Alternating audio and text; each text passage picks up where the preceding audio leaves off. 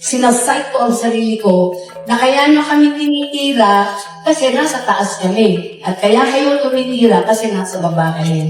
Mga hampas lupa! Oh, grabe. Grabe mga kababayan. Ang taas na tingin niya sa kanya sarili mga kababayan. Etong si Ate V. Ay nako. Oh. Hoy, Vilma. In the first place, Vilma, hindi ka naman namin tinitira. Yung asawa mo lang na si Ralph Recto, the Batman. Eh ngayon, nakisali ka, talagang matitira ka. Lalong-lalo nang parang ang tingin mo sa mga tao ay mga hampas lupa.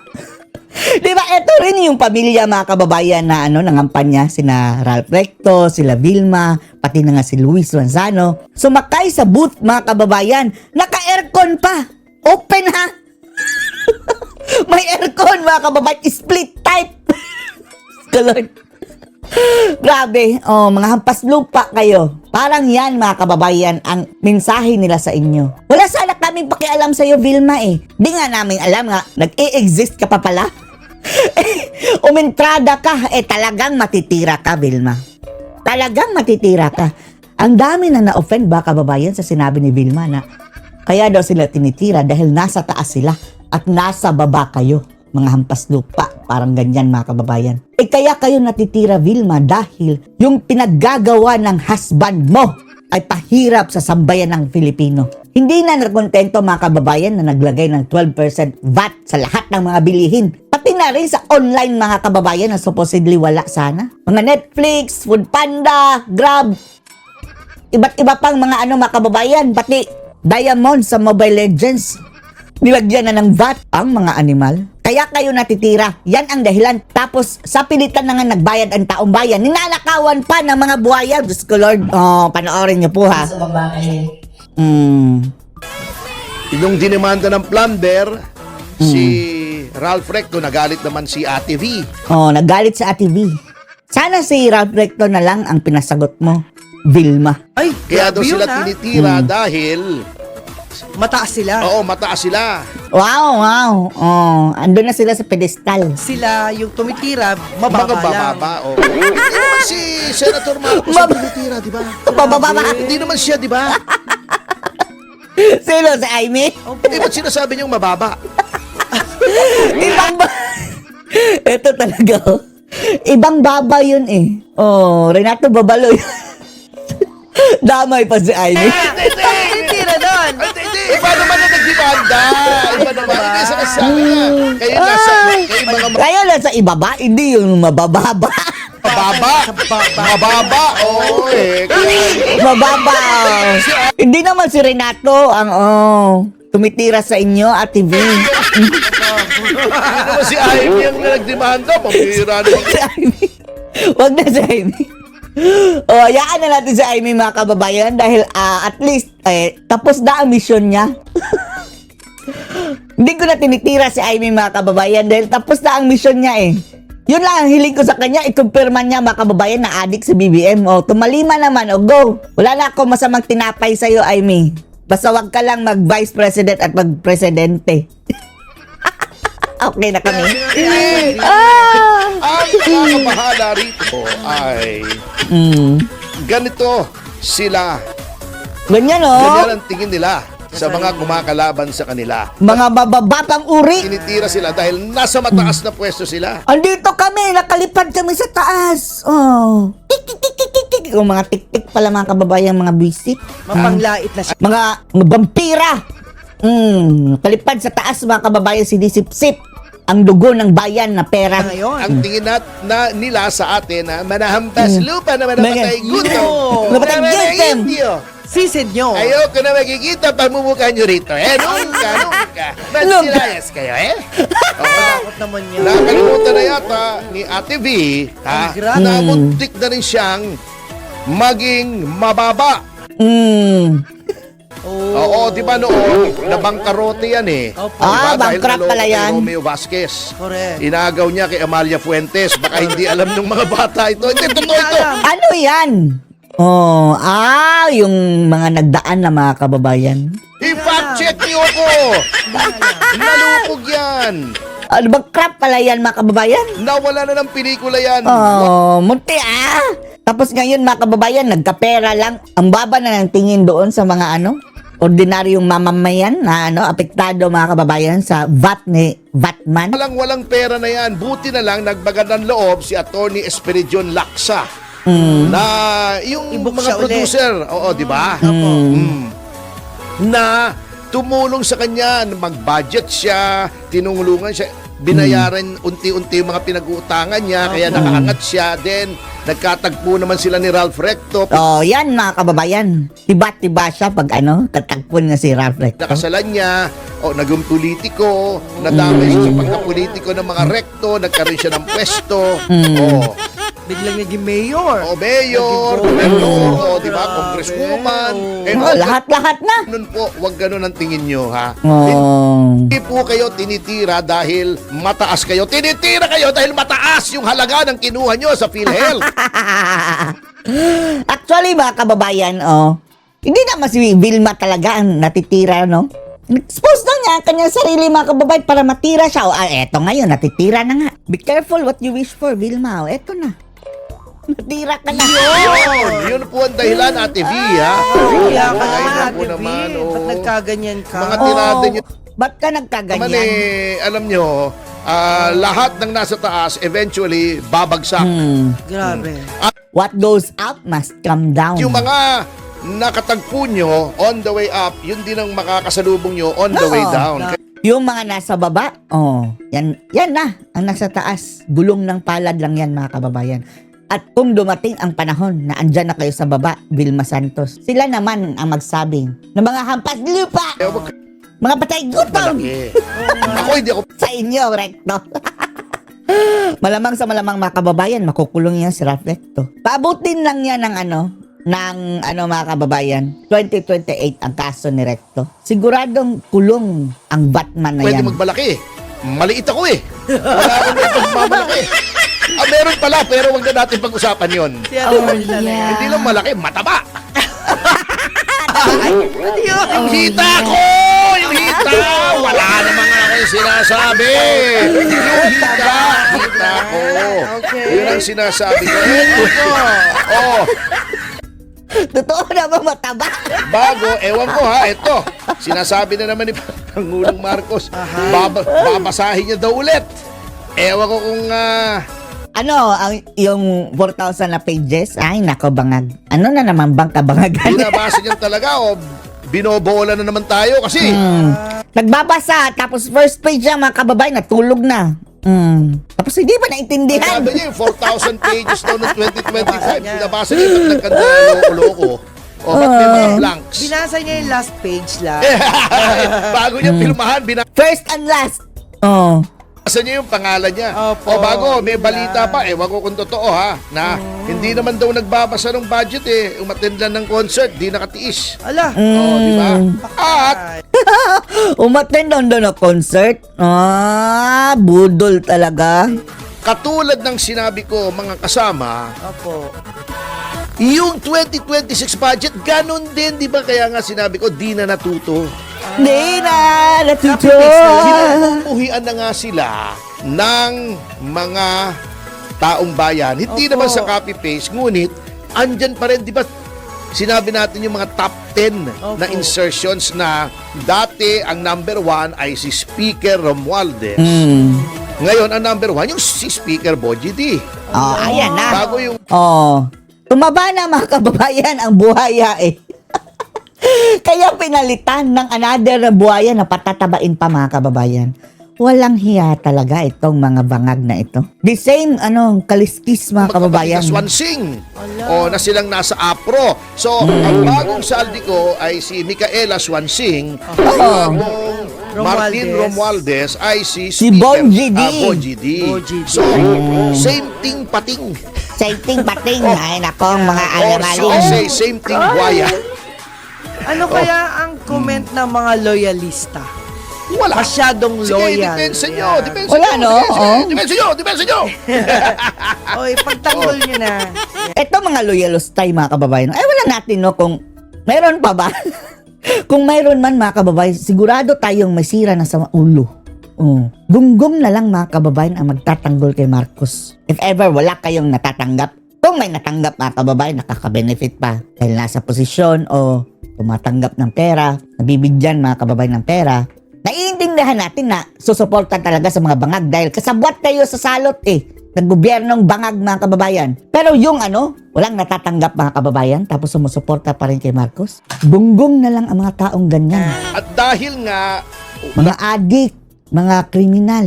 nabibwisit ang mga tao ay eto, yung sinasabi mo kanina, yung anak ni paring Joaquin Opo. nag-resign. Oo nga. Oo. Tapos? Ikwento mo. Ay, Sino yung sa Joaquin? balita na tunghayan natin. Hindi, authentic nag-resign. to, authentic. Kasi, authentic kasi nasa lahat na ng mga media outlets Ay, opo. Sino yan? Yung chairman ng ICI. Hindi, Ay! Ayun mga kababayan, nag-resign na pala, no? Isa na lang ang naiwan mga kababayan sa ICI. Nagsialisa na. Tingnan nyo mga budol na naman ni Marcos mga kababayan. Anong napuntahan? Wala, nag-resign. hindi chairman. Ano? Commissioner. Ah, Ang Commissioner. chairman si Sorry. retired Ay, Justice opo. Andy Reyes Yung ano na lang naiwan mga kababayan, yung sombrero at piluka. Basta may... Ewan natin ano yan mga kababayan kanyang suot. Piluka ba yan? Or ano? Yan, commissioner Wig. po pala. Yan. Anong pangalan? Anong pangalan? Si Rosana. Roses. Rosana Anak ni Fajardo. Joaquin. Oh, yes. Anak ni Joaquin Fajardo ba? Anak. Kaya pala anak. Akala natin si Vilma, di ba may pelikulang anak? Then, Fajardo. Hindi anak ni Joaquin Fajardo. Napapa-oo tuloy ako. Ay, gano'n talaga nagtitrigger ako. Baka hindi kilala si Joaquin Fajardo. Sikat Sino artista yan? yun. Ayun, Oo, kontrabida. Oo, si Joaquin kontrabida. Fajardo. Hindi po kaano. Ngayon, si Vilma, dating bida nga, naging kontrabida mga kababayan si Vilma. Vilma, yan ang pala mo, Vilma. Nagbibiro lamang po kami. Sapagkat, sabi niya, Yes. tapos na daw ang kanyang trabaho roon. At Marami may mga- siyang natutunan. Marami siyang natutunan, marami Oh. siyang naibahagi Yes. na mga rekomendasyon upang maayos yung mga kontrata sa gobyerno para hindi na maulit yung nangyaring mga ghost projects, substandard at mga lagayan. Opo. Ito ay kung susundin Yun yung lang. rekomendasyon. Yun lang. Oo, madaling Grabe. mag-recommend. I mean, hindi ko minemenos ang trabaho ni Opo. Miss Fajardo. Magaling na accountant ito. Nagtanong-tanong naman tayo. Matino ito. Wala na. Iniwan na lahat mga kababayan. Malinis at Opo. matalino. Di ba si Magalong, umalis na. Si Singson, umalis na. Eto ngayon, Sino? umalis na. Yung piluka na lang. Ngunit, siyempre, ang magagawa lamang niya bilang commissioner ng ICI ay magrekomenda. Ayun. Ito po ang dapat gawin. Ngayon, kung susundin, di ba? Ibang usapan yon. Baka sabihin ng mga congressman, pambihira kayo. Tinanggap ko na nga yung rekomendasyon nyo. Gusto mo, sundin ko pa. Ala! Oo, di ba? Sobrang Wala abusado. lang yun.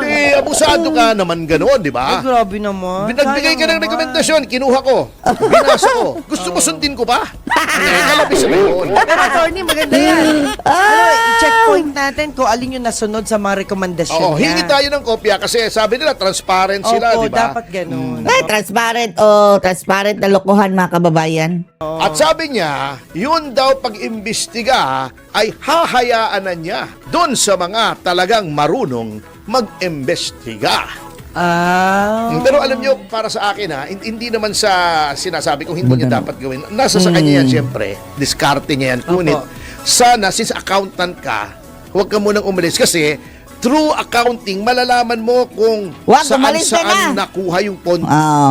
Wala na, hindi na siguro masikmura mga kababayan. Hindi na nila masikmura yung pinagagawa dyan sa ICI. Na walang kwenta yan mga kababayan ICI. Sinong nagnakaw, magkanong ninakaw, di ba?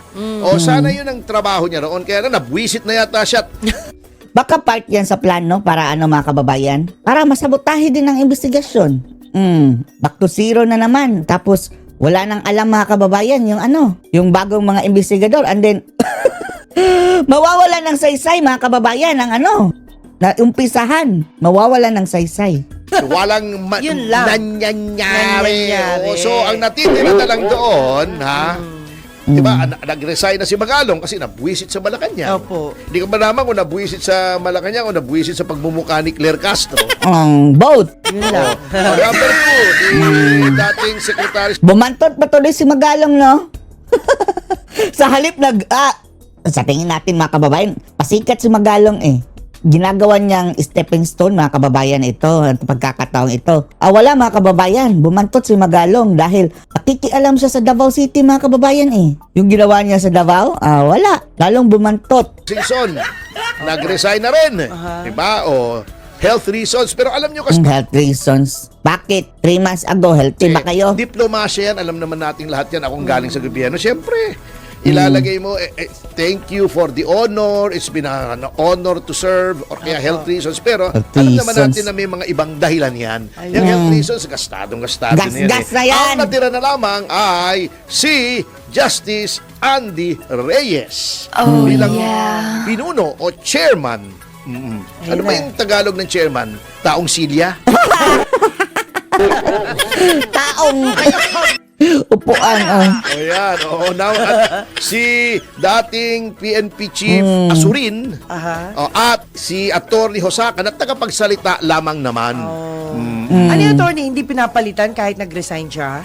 Alin, Di ba ewan papalit- ko, baka magbibigay somebody ng will kapalit. Wala eh. replace. Walang pinapalit eh. Wala pa. Oo. Okay. Ay, yung Pangulo na lang yan. Nasa Pangulo talaga. Siya nga Si Bangag na lang ang mga kababayan, mag-isa dyan. At the same time na siya, presidente, and then siya ang investigador. nakapoint ng mga miyembro. Anyway. Siyempre, yan. Opo. Oo.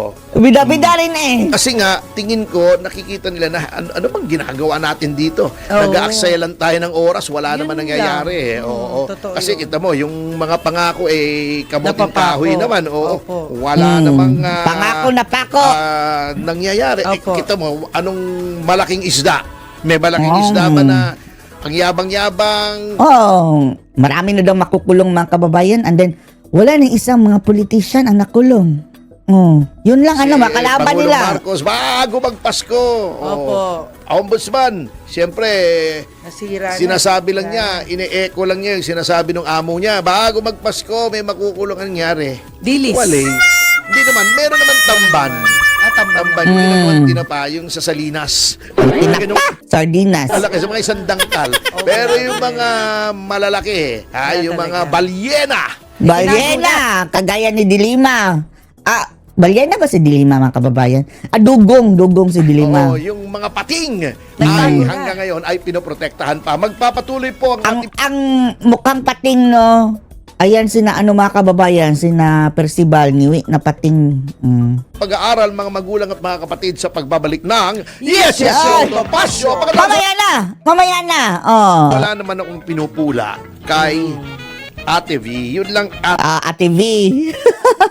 O tayo mga kababayan, wala tayong paki kay Ate V mga kababayan dati. Ngayon mga kababayan, ipinipilit niya na isali talaga ang kanyang sarili mga kababayan dito sa kontrobersiya. Ikaw ang nag-open ng floodgate, Ate V, ha? So, wag mong sisihin ang mga tao. Wag mong sisihin ang mga tao, mababash ka. attitude niya Yes. na parang nilalait niya yung mga taong bayan. Hindi niya nare-realize yung nagpapasweldo sa kanila Ay, taong ay bayan. taong bayan, yung buwis po namin. Ewan ko lang kung may iba kayong sources of income. Wala naman akong sinasabi, ha? Oo. Wala na. Alam na this, mga kababayan. Eto pa. Eto, Rick Corazon. Si Vilma nag-bold siya kasi talo siya sa kalaban niya. Siya ba yung burlesque queen, mga kababayan, na original? Ay, nako. Kaya Kadiri din mga kababayan, isipin. Ay, hindi naman po bold talaga yung bold niya. Maayos naman po. In fairness, ha? Vigilio Ipil. Nabawasan na naman yung ICI. Nag-resign si Mrs. Fajardo. Sabi ni Rick Corazon, napakataas na ng pananaw ni Vilma sa sarili niya. Minsan po sobrang talaga taas. ganyan eh. Nag-iiba ang mga tao kapag nalalasing sa kapangyarihan. Jason Kapispisan, Joaquin Fajardo, a.k.a. Buhaya. Relevant ngayon, mga buhaya pinag-uusapan natin ngayon, di ba? Buhay na, sir. Buhay na. Oo, wala, no? Eto, eto natutuwa rin ako sa double standard din ng administrasyong ito. Bakit? Double Kita mo. standard. Yung sinabi ni Madriaga na puro basura, at nagsinungaling pa yung abogado niya, hindi ako makaget over talaga, no? Sa kasinungalingan nitong taon to. Sasabihin mo, dinalaw ni VP si Madriaga, hindi naman pala. Wala na. Ang abogado, mga kababayan, kasabwat, no? Sa pagsisinungaling. Dapat ipadisbar yun. Mismong, nagulat nga ako at ang pinanindigan, salamat na rin kay Secretary John Vic Remulla. Kinlarify niya kung sinong dinalaw. Kapitbahay ni VP. pala. Oo, hindi naman pala yun. Para sa kanila, yung sinasabi ni Madriaga ay dapat imbestigahan. Ayun. Pero yung listahan na nilabas ng isang congressman Opo. na wala namang reason para magsinungaling. Hindi katulad ni Madriaga, he has all the reasons para magsinungaling. 'Di ba?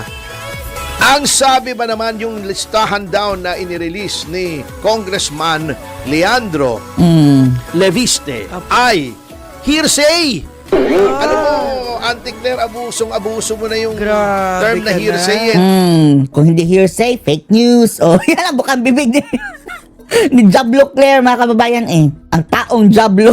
Si Do you Claire even know Castro. what it means? In legal contemplation, yung hearsay, unless daw validated ng DPWH. Grabe, no? Bakit hindi na lang ikaw ang mag-validate, Claire Castro? Paano i-validate yan ng DPWH ay tao nyo yan Bata nyo yung DPWH. Kasi alter ego, not for anything else, but syempre, yung inuulit-ulit natin dito, ang isang miyembro ng gabinete alter ego ng presidente. He is of the president's bosom confidence. Ibig sabihin, extension siya ng Pangulo. Yes. Pinagtatakpan nga ng Malacanang. Mastermind Yung nila ito mga tao bangag. Mastermind ng mga bangag, mga kababayan. So, paano na yan? Paano yan? nila Oo nga. na ayaw nilang i-prosecute, hanggang diskaya lang sila, hanggang district engineer lang sila. May congressman bang na aresto? Contrary dun sa sinasabi ni Remulla, Boying Remulla, yung Apo. maitim na Remulla, Maitim. at saka ni Pangulo, Walay. Si John Wick, maputi ba? Walang lihim na di nabubunyag. Kaya nga, sinabi na nitong si Congressman Leviste na si DPWH Yusek Cabral na ang nagbigay sa kanya. Ano pang validation, ano pang confirmation, ano pang verification ang Grabe. kailangan nyo. Papalusot lang, mga kababayan. Number 2, kung gusto Palusot. talagang imbestigahan ng ICI, lead na ito. Hindi naman lahat ng impormasyon makukuha mo ay dapat admissible as evidence. Sa investigasyon, may tinatawag po, Ma'am Claire, na lead. Ayun. Lead, L-E-A-D. Impormasyon, raw intelligence. Yung tumakas na bilanggo nandoon, nanonood ng sine, tignan mo. Opo. Hindi yung, hearsay yan. Oo. Validation yan. Kung nandun nga, Patay siya. ay yun nga ang sinasabi ko, walang sense ang sinasabi ng Malacanang. Nakakahiya siya. Pagkakalaban nila, tunay na ebidensya, believable. Okay to. Paglaban sa kanila, Hindi hearsay. ito, okay. Lahat na Ayan. lang hearsay kahit may Fake news o paulit-ulit na yan si Claire Castro, mga kababayan. No? Yan talaga, gusto nating ikulong yung animal na yan, mga kababayan. corroboration, hearsay pa rin. O yung kay Martin, hearsay pa rin. Opo. Ano nangyari? Wala. Kasi wag kayong mangangako, sabi ng tatay ko, wag kang mangangako nang di mo kayang Tuparin. Oo. Wag ka na lang mangako, di ba? Wag na lang. Tama. Di napapahiya ka pa. Sinabi mo bago magpasko. Si Bangag, mga kababayan, ito, ang daming pangako. Pati taga Davao, pag open ng Bugana Bridge, binudol pa, mga kababayan. Nagpapabango na nga sana ng angkin. ng angkin. Eto ngayon, Pasko daw. Maraming makukulong. Wala na naman. Sama-sama tayong babangong muli. Bumangag. Continuity na mga kababayan daw. Sa mga Duterte, wala. Talagang, ito si Bangag, mga kababayan. Bubudol. Budol na yun, mga kababayan. Style na yan na kanyang mga ginagawa. Wala Ano na. nangyari? 26 na ngayon Di tapos na Pasko. Wala Opo. namang korte. Sino mag-i-issue ng warrant? Baka next year yun. Sunod na Pasko. Ay, hindi naman niya pala nga, tama ka naman. No? Oo. Hindi naman niya sinabi kung anong Pasko ng Oo anong nga, taon eh. ba't sinabi ko ba ngayong 2026? Pasko? Oo. Baka next year pa yun eh. Bakit Medyo hindi ang tight yung nasa listahan ni Leviste? Mm. Ang pelikula, listahan ni Leviste. yan. Oo nga mga kababayan, yun, lead na yun mga kababayan. Doon kayo mag-umpisa. Doon kayo mag-umpisa para may, mga kababayan, mayroong patutunguhan. Di sinasabing, wala yan. Dahil mga kababayan, ultimately, kapag susundan nila talaga yung nandun sa listahan, papunta yung kay Bangag. Makukuryente sila mga kababayan. LL. LL. Oh. LNL. Ayun. Ay, yung listahan ni Leviste ay imbestigahan nyo. Yun. Totoo. May mga ibang records lang naman yan. Oo. Kita mo. Hearsay or chismis galing sa congressman na nakuha niya kay Yusek Cabral. Bago nagpakamatay yung tao. Yusek Cabral, the same Kaya nga namatay siguro mga kababayan dahil dyan sa kanyang alam. person na sinasabi niyong siya ang nakakalam. Pero Pati si Lisa Araneta andun sa listahan. Ay, nako. Bakit pati si Madam meron? Lahat, Yeah. inimbestigahan nyo, di ba? Kinuha nyo nga yung computer. Hearsay. Kinuha pala ang computer. Akala natin ninakaw. So, mga kababayan, alam na this. Ang purpose nila mga kababayan sa pagkuha ng ebidensya. Luloko nyo na kami Pero yan. nakakalungkot yung sinabi ni Leviste. Ano? Sabi niya, bago man lang ako mapatay, at least nasabi ko. Isa pa yun, ha? Oh, No, kapag mamatay to si Leviste, batang-bata pa mga kababayan, alam na kung sino. Pero at least nalabas na mga kababayan. Mas mapapatay ka kung hindi po pinasabog ang iyong mga alam. nakakatakot yun. There is a congressman. Hindi basta-basta tambay sa kanto yan na sinasabi ko, Yun. baka mapatay ako. Dismiss. A congressman fears for his life. Yes. Kaya nirelease niya ito. Hearsay pa rin. May namatay na nga Newsec. May mga namamatay na mga district engineer. Yes. Marami na. Ano nangyayari po? Marami. Norte, taga Ilocos Norte mga kababayan, mga engineer, mga contractor, patay. Namamatay dito sa administrasyon na to. Opo. Bago sasabihin nyo, hearsay, ano mo kanya, ang bababa ng trust rate Renato Reyes, ng Pangulo, dahil sa mga sinasabi ng kanyang mga tagapagsalita. sa Mindanao, 3% na lang si Bangag. Ayun, na masakit. Oo, kaya wala nang naniniwala sa inyo. Kaya alam nyo, dapat talaga malaki ang sweldo ni Claire Castro. Napakahirap yung nagsasalita ka, walang naniniwala. Ewan na natin. Imbestigahan din yan mga kababayang buisit na yan. Parang yung Aray mga ko. ibang kaibigan nating wala nang nanonood ng programa dahil wala nang naniniwala Alay ko. sa sinasabi nila. Di ba? Sabi nga ni Viste, ang dali nyo naman mag-confirm itong listahang ito. Hindi confirm nyo. Nasa inyong NBI, nasa inyong PNP, nasa Opo. inyong ISAF. Lahat yan may intelligence services, lahat yan may investigative powers. Di ba? May ICI ka pa. Opo. Ano Talagang ayaw nila mga kababayan na i-kumpirma. na hinihintay mo Sabi ko, Gusto nila ICC na lahat ang gumawa.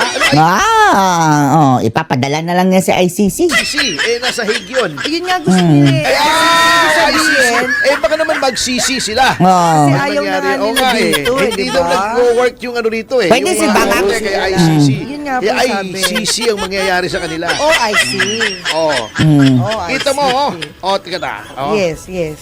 Opo. Mm-mm. Sige. Pinakita na pala ito ni Leviste sa ombudsman. Oh, Bakit ang ombudsman? Walang aksyon dyan mga kababayan.